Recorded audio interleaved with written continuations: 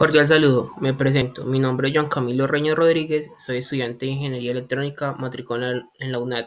Esta ocasión, junto con mis compañeros, sustentaremos la fase 2 del curso de instrumentación, en el cual se nos pide desarrollar un modelo matemático para un amplificador de instrumentación utilizando sensores ya conocidos en fases anteriores. Nosotros decidimos utilizar una PT100, ya que es la más comercial y más fácil uso. Entonces, para ese desarrollo necesitamos hallar matemáticamente la diferencia de voltaje que se va a generar el puente de Wheatstone antes de pasar por el amplificador de instrumentación. Como se logra ver en la presentación, está el desarrollo matemático donde simplemente se reemplaza la fórmula teniendo como base que Rx va a ser 119.4, valor de ohmiaje de la PT100 a 50 grados. Una vez hallado este voltaje, podemos hallar la ganancia, que para esta ocasión es de 250. Ya con la ganancia y el amplificador de instrumentación AD620, el cual nos entrega la fórmula para hallar la resistencia de ganancia y así terminar de configurar nuestro circuito. Como se logra en la presentación, la resistencia de ganancia nos da 198.39 ohmios, que comercialmente sería una resistencia de 200 ohmios. Es esto con el fin de salvaguardar la integridad del sensor y poder cumplir con lo requerido en la actividad. Cordial saludo, mi nombre es Andrés Monsalve y en estos momentos vamos a hablar un poco sobre los filtros activos pasabajo. Estos son circuitos electrónicos que dejan pasar frecuencias por debajo de su punto de corte.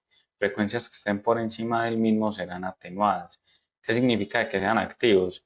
Que están compuestos básicamente por amplificadores operacionales, resistencias y capacitores. En pantalla estamos viendo un circuito de la forma Salem-Kale. A este mismo circuito vamos a hallar los valores de las resistencias y de los capacitores. Entonces, inicialmente vamos a reconocer algunas variables que nos faltan, como la ganancia que va a ser de 1, la aproximación que vamos a trabajar va a ser Butterworth, que nos va a llevar a tener un factor de calidad Q 0.7071 y una constante K 1. Ya con esto podemos hallar la primera variable que es M, reemplazando los valores conocidos y operando matemáticamente. Esto nos lleva a desbloquear algunas variables que nos faltaban para encontrar R, que se opera matemáticamente y el valor que nos dé se aproxima a un número comercial. Lo mismo vamos a hacer con R sub B y con el valor del capacitor C2. El valor del capacitor C1 ya nos lo habían dado, que era 100 nanofarads. A continuación se realizan las simulaciones pertinentes de los dos circuitos anteriormente explicados. Un cordial saludo, mi nombre es Freddy Rodríguez y quiero presentar la simulación de los archivos propuestos para la fase 2 de la asignatura de instrumentación. Como se puede ver acá, tenemos un amplificador ya propuesto, un amplificador de instrumentación en el cual teníamos el puente de Wheatstone realizado en la fase anterior y conectado a un amplificador operacional. En este ítem se propuso de que a 50 grados la PT100 me muestra una diferencia de 0.02 voltios con una corriente de 1 miliamperio. Entonces, siendo ese el caso, a esta temperatura medida en el amplificador me debe mostrar 5 voltios.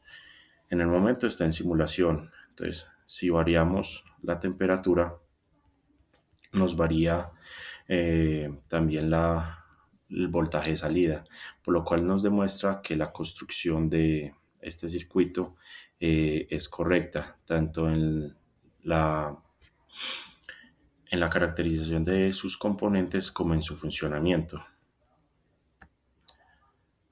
Tenemos también el filtro pasabajo con una frecuencia de 700 Hz. Vamos a colocar el esquema para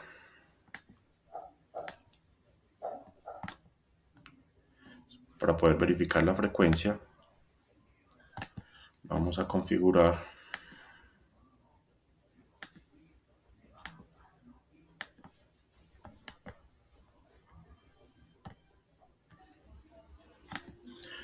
con base al voltaje de entrada para poder visualizar la frecuencia de corte. Entonces, iniciamos la simulación. Le vamos a dar simular. y acá no la representa. Entonces, la construcción de este filtro nos muestra los componentes básicos, que son generalmente dos resistencias, un capacitor que se nos fue dada la capacidad y en cual calculamos, como lo mostraron mis compañeros, y encontramos el otro, la resistencia de ganancia y la salida. Entonces, para poder mirar la frecuencia de salida,